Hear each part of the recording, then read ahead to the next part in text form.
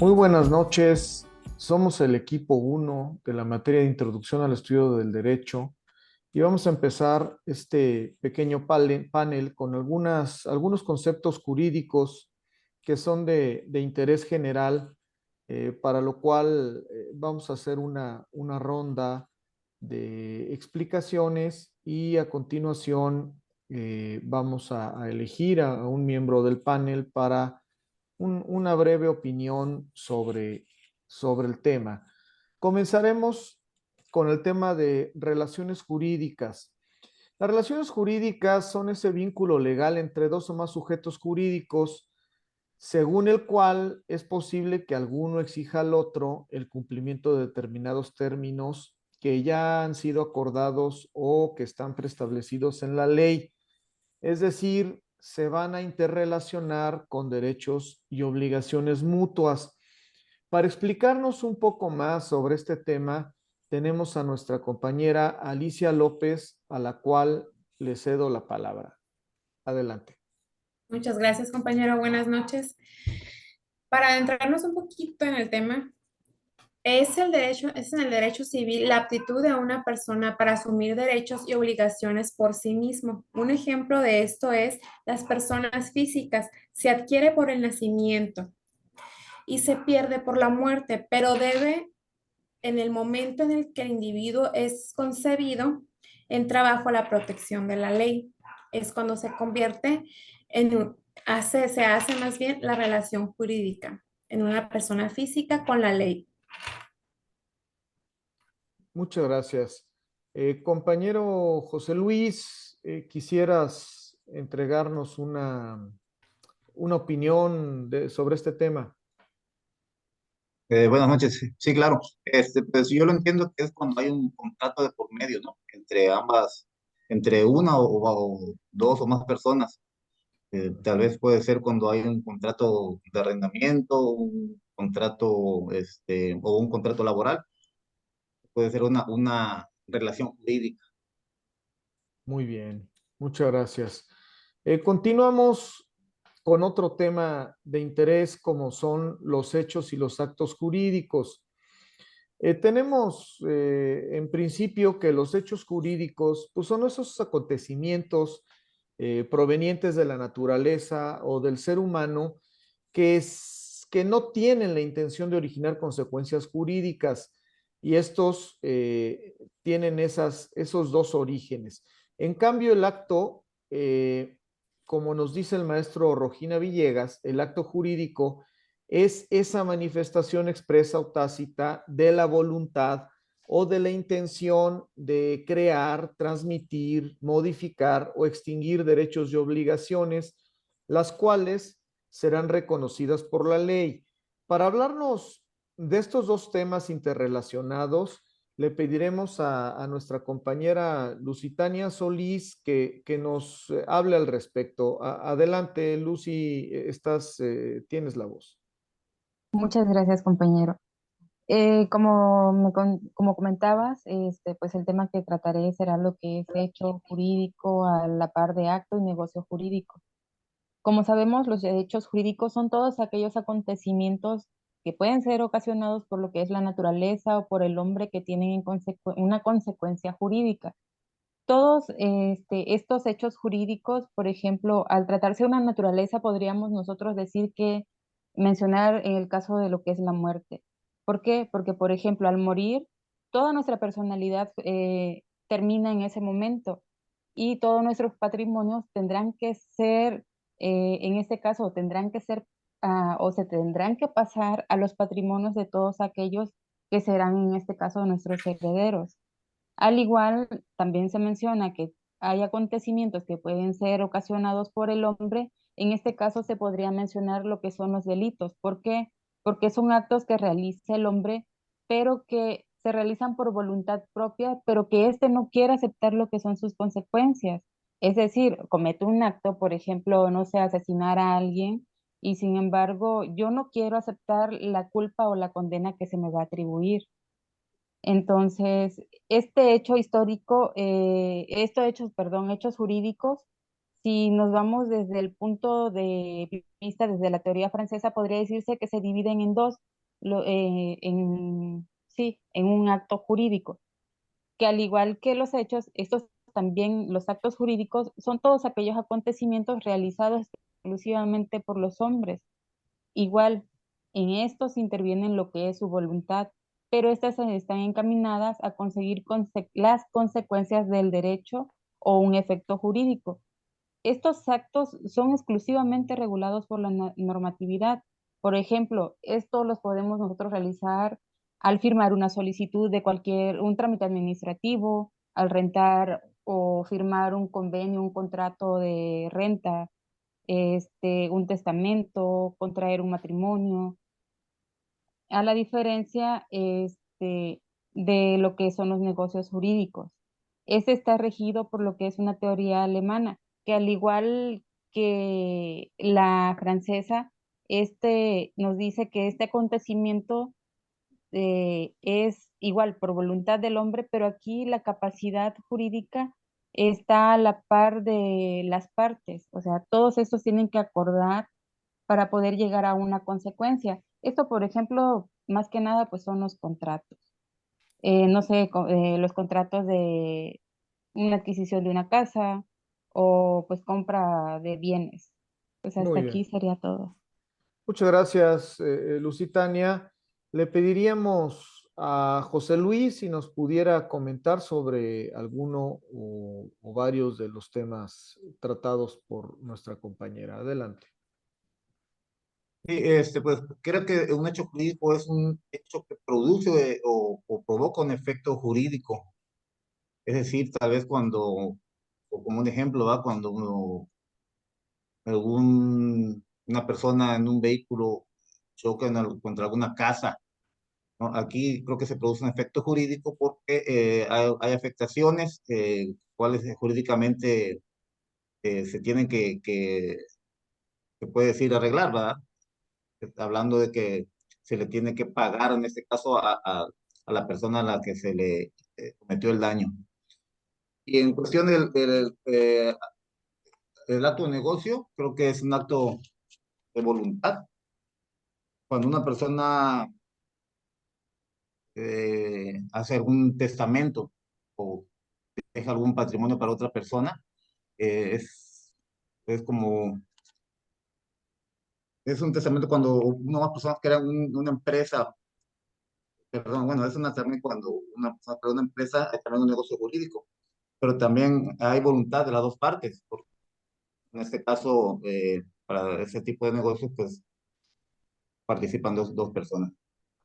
Muy bien, muchas gracias. El siguiente tema que tenemos es el deber jurídico, que podemos entenderlo como una obligación implantada por una norma jurídica y esta norma tiene que ser respetada por los individuos. Por lo tanto, este deber va a restringir la libertad de las personas y tiene la implicación de la existencia de un derecho jurídico en contrapartida, en consecuencia. Para lo cual le pediremos a José Luis, a nuestro compañero José Luis Chong, que nos hable un poco más sobre el deber jurídico. Adelante, tienes la palabra, José Luis. Gracias, compañero. El deber jurídico nos dice que debemos de conducirnos de cierta manera por el simple hecho de que hay una norma que nos dice que así deben de ser las cosas.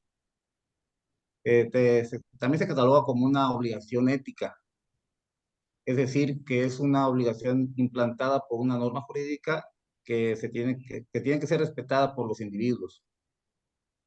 Por lo tanto, el deber jurídico restringe la libertad de las personas e implica la existencia de un derecho jurídico en contraparte.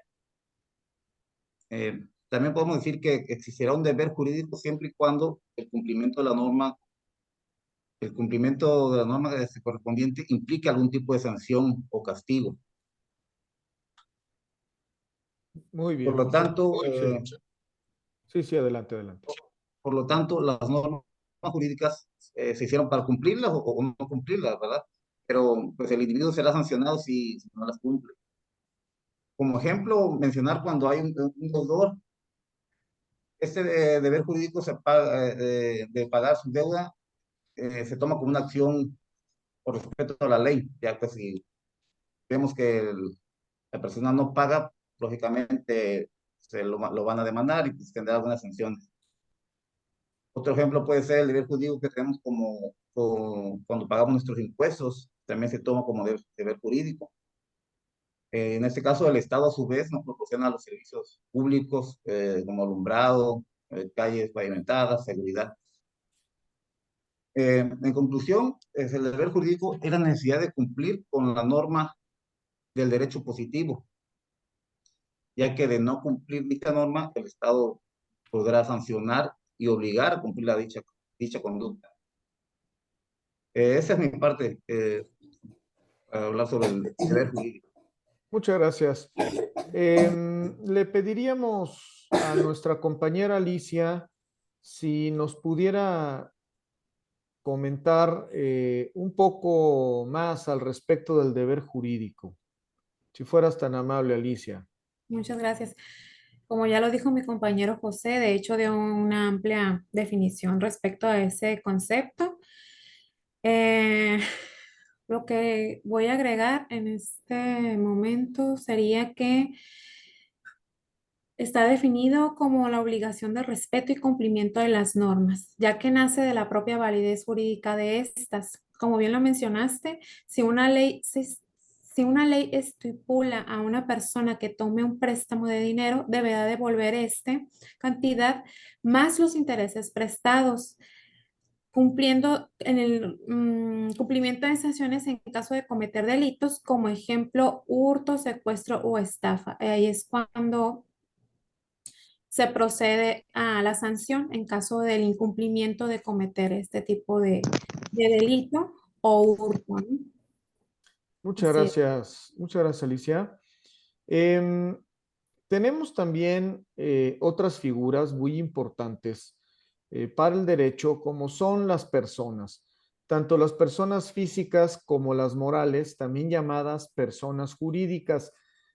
Sabemos que estas personas jurídicas son una figura que han surgido como una ficción que ha generado el derecho para darle personalidad a una colectividad humana que no la tiene, y entonces esta persona jurídica surge como un ente diferente a sus miembros.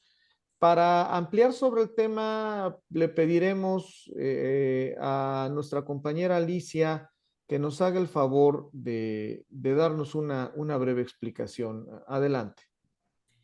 Muchas gracias. Como concepto de persona jurídica tenemos que es un grupo o una organización de personas naturales a las cuales la ley reconoce la personalidad independiente y diferenciada de cada uno de sus miembros o componentes, que son capaces de ejercer derechos y contraer obligaciones, de ser representada judicial y extrajudicialmente. Eso es en cuanto a una persona jurídica. Es cuando te convierte a una persona jurídica. Muy bien. Em, Lusitania, te pediríamos si nos puedes dar una opinión al respecto de este tema de la persona jurídica. Sí, claro, así como lo comenta mi compañera. Cuando hablamos de una persona jurídica, nosotros nos referimos a que es toda aquella entidad conformada por una o dos más personas a través del cual éstas ejercen derechos, cumplen obligaciones, pero todas esas son a nombre de la empresa, o sea, no puede ser por cada uno de los integrantes de esta, sino que es en un mismo, en fin colectivo, podría decirse. Entre estas obligaciones, pues esta puede tener, no sé, propiedades, está capacitada para pagar deudas, tienen una autonomía patrimonial, tienen una responsabilidad limitada, una personalidad jurídica, es decir, ellos tienen que responder a sus deudas de manera colectiva, no pueden ser por cada uno de los que integran en este caso una entidad, ¿no? Y pues que estas personas jurídicas están representados al no tener alguien, ¿cómo le dijera? Que no tienen un valor se le nombra a un representante, que este es el que va a ver los intereses de, pues en este caso de la entidad. Pues sería toda mi aportación. Muchas gracias. Sí, pues al ser Ujú. una ficción del derecho, un Así es, ser humano tiene que representarlas, ¿verdad? así es. No pueden ellos firmar un contrato si son entes abstractos. Muy Ujú. bien. Nuestro siguiente tema es la capacidad jurídica. Este es uno de los atributos de la personalidad. No encontramos ni en las legislaciones federales ni en las locales de nuestro país la definición de este concepto, de esta institución de la capacidad jurídica, de este atributo de la personalidad, pero la doctrina sí nos la dice. Algunos autores la definen como esta aptitud de una persona para tener derechos y obligaciones, así como la de ejercerlos. De acuerdo a esta definición, podemos encontrar dos tipos de capacidades, la de goce y la de ejercicio. La capacidad de goce es esta aptitud de tener derechos, de ser sujeto de derechos eh, como ente humano. Y ya la capacidad de ejercicio nos va a permitir tener estas obligaciones y ejercitar los derechos por nosotros mismos sin necesidad de ningún representante. Esta sería una diferencia entre la capacidad jurídica de goce y de ejercicio. Quisiera, compañera Alicia, que nos pudieras comentar un poco al respecto de este concepto de capacidad jurídica. Tienes la palabra. Muchas gracias. En nuestro derecho se distinguen dos tipos de capacidad jurídica, como bien mencionas, la capacidad de goce, que consiste en la aptitud legal para adquirir derechos. Como ejemplo, cuando nacemos y nos van y nos registran en el registro civil, ese sería un ejemplo. Y la aptitud legal para adquirir derechos y obligaciones, ya que es consustacional a la persona, y la capacidad de derecho, que consiste en la aptitud de personas humanas para orar por sí mismas. Ahí sí me perdí un poco, la verdad, porque no encontré como un ejemplo o como un concepto que lo pudiera definir. No sé si ustedes tengan por ahí algo que puedan aportar. Bueno, hay un ejemplo de la capacidad de goce, de quién nada más tiene la capacidad de goce, son los menores de edad o los incapaces, eh, que, que no pueden ejercer por ellos mismos una acción. Un menor de edad, por ministerio de ley, no siempre porque no tenga capacidad, porque una persona de 17 años a lo mejor tiene capacidad de decidir, pero legalmente se le impide tener esa capacidad. Eh, y no puede, por ejemplo, firmar un contrato. Si firma un contrato, sería inválido, salvo algunas excepciones en el derecho mercantil. Y en el derecho de amparo también tiene algunas cuestiones de ejercicio, pero en general no pueden ejercitar esos derechos si es que no tienen un representante, porque la ley supone que deben de tener una protección para que no vayan a cometer una imprudencia o que no vayan a aprovecharse de su inexperiencia o de su ignorancia. Esta es la capacidad de goce simplemente. Y la capacidad de ejercicio ya sería esta aptitud de poder obligarte, de poder ejercitar además por ti mismo esos derechos, de poder exigirlos. Un menor de edad no los puede exigir por sí mismo, sino por medio de representantes. Igual una persona que no tenga capacidad mental, sobre todo para hacerlo, o en ocasiones física, pero tendría que ser una incapacidad de tal forma que no le permita decidir, que no le permita tener esa posición de saber si lo que está haciendo es bueno o malo, de alguna manera, ¿no? Un menor de edad por eso no comete delitos, porque no tiene esa capacidad de ejercicio. Ya. Ajá. Pero a veces no porque no la tenga física o mentalmente, sino porque la ley no se la confiere. ¿Sí? Entonces, ahí podríamos explicar un poco la capacidad jurídica. y estas dos vertientes de la capacidad jurídica, la de goce y la de ejercicio. Al adquirir, en términos muy generales, al adquirir la mayoría de edad, también adquirimos la capacidad de ejercicio. La de goce siempre la tenemos, ¿sí? Les digo, hay ciertas excepciones, por ejemplo, cuando estás en la cárcel, pues también se te suspenden ciertos derechos civiles y políticos, ¿no? No puedes votar, por ejemplo, si estás en la cárcel, o no puedes ser votado. Entonces también se te restringe ciertas capacidades, ¿no? Muy bien. Pasamos al siguiente tema, que es la competencia. La competencia la podemos concebir como una asignación que le da una norma jurídica a un órgano jurisdiccional o a una autoridad en lo particular y que les confiere a esta autoridad, que le confiere a este órgano jurisdiccional ciertas responsabilidades y ciertas obligaciones. Le pediríamos a nuestra compañera Lusitania si nos puede comentar un poco más al respecto de lo que es la capacidad jurídica. Sería competencia. Competencia. Perdóneme, estaba yo con el tema anterior sobre la competencia. Sí, claro, no pasa nada.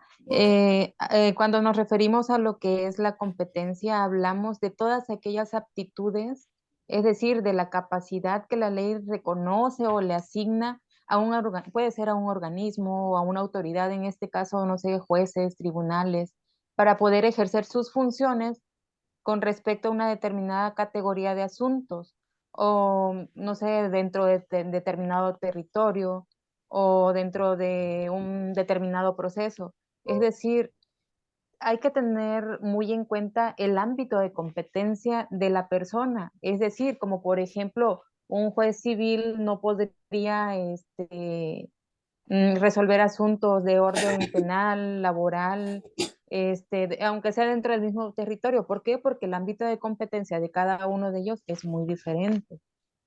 Sería esa mi breve intervención referente a lo que es la competencia. Sí, muy bien. Aquí podríamos encontrar incluso competencia por materia y competencia por territorio.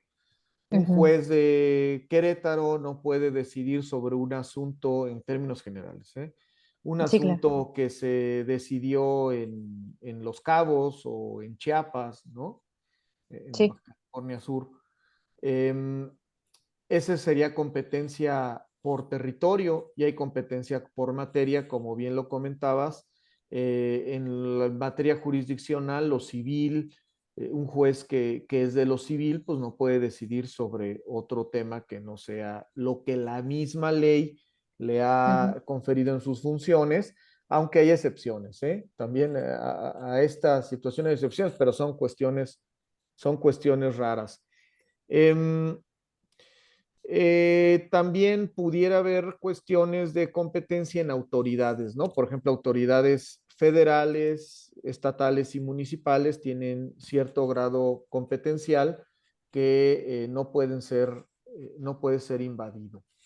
Bien, Ujú. pasando al siguiente tema que referimos como la acción antijurídica, que esta podemos decir de ella que es la contraria a derecho.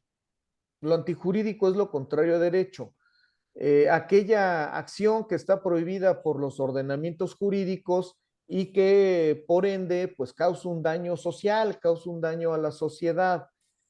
Para ahondar en el tema, le pediríamos a nuestro compañero José Luis si nos hace favor de poder narrarnos un poco más sobre este concepto. Adelante, José Luis. Muchas gracias, gracias por la palabra. Pues la acción antijurídica es un ilícito o delito según la teoría kelseniana y que nos dice que es la aplicación de una sanción.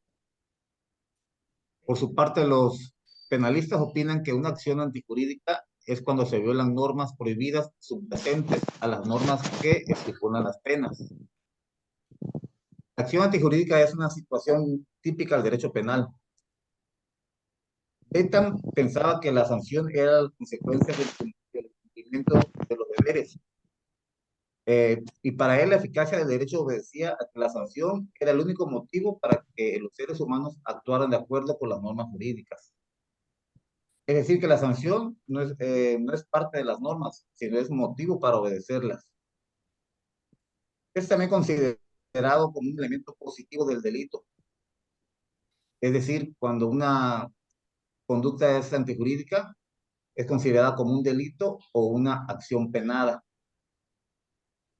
Por lo tanto, se entiende que una acción antijurídica es una acción contraria a lo que dictan las normas y estas acciones son sancionables. Ese es mi comentario acerca del tema. Muchas gracias. Al respecto, tendremos que comentar que una acción antijurídica no siempre puede ser un delito. Si bien podemos tener una acción contraria a derecho, pero pudiera ser que por otra circunstancia no constituya delito o no haya sanción al respecto por haber una excusa, por ejemplo. ¿Sí? Si yo me caí y rompí una mesa, pero porque alguien me empujó, yo rompí la mesa y esa puede ser una acción antijurídica porque va en contra del derecho, dado que dañé el patrimonio de otra persona.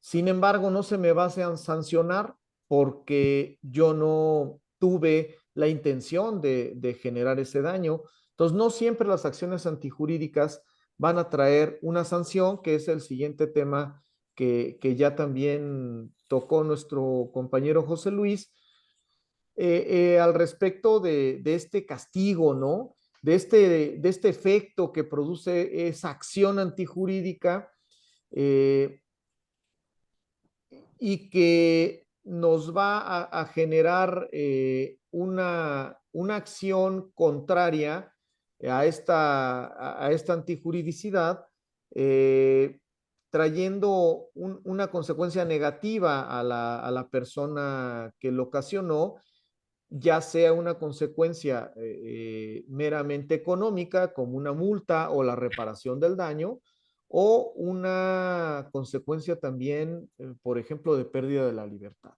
Bueno, dado el tiempo de la sesión, ya nada más les pediría a cada uno que se despidieran dando una pequeña conclusión para cerrar este panel. Empezaremos con nuestra compañera Alicia. Adelante.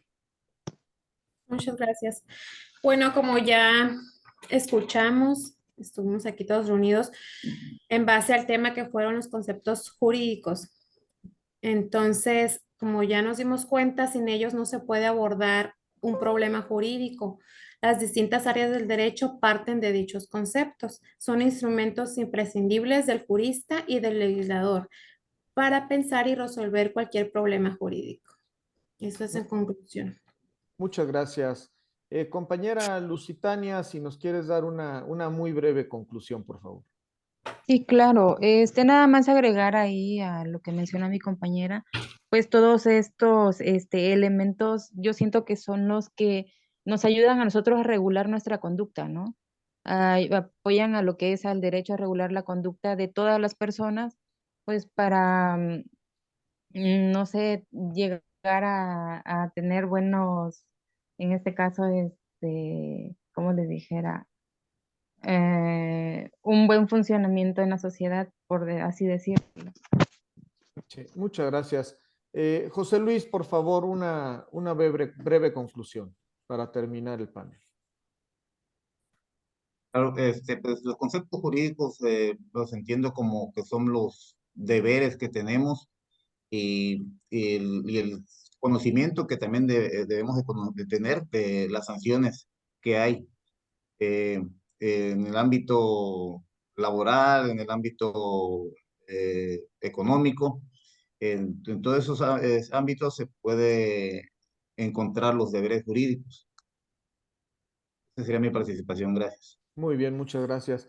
Pues nos despedimos deseándoles que tengan a todos muy buenas noches y con el gusto de haber participado en este panel. Le damos muchas gracias a nuestros ponentes, Alicia, Lusitania, José Luis y su servidor Bolívar Rubio. les damos las gracias y seguimos en contacto. Hasta luego. Hasta luego, buenas noches. Gracias, buenas Buenas noches. noches.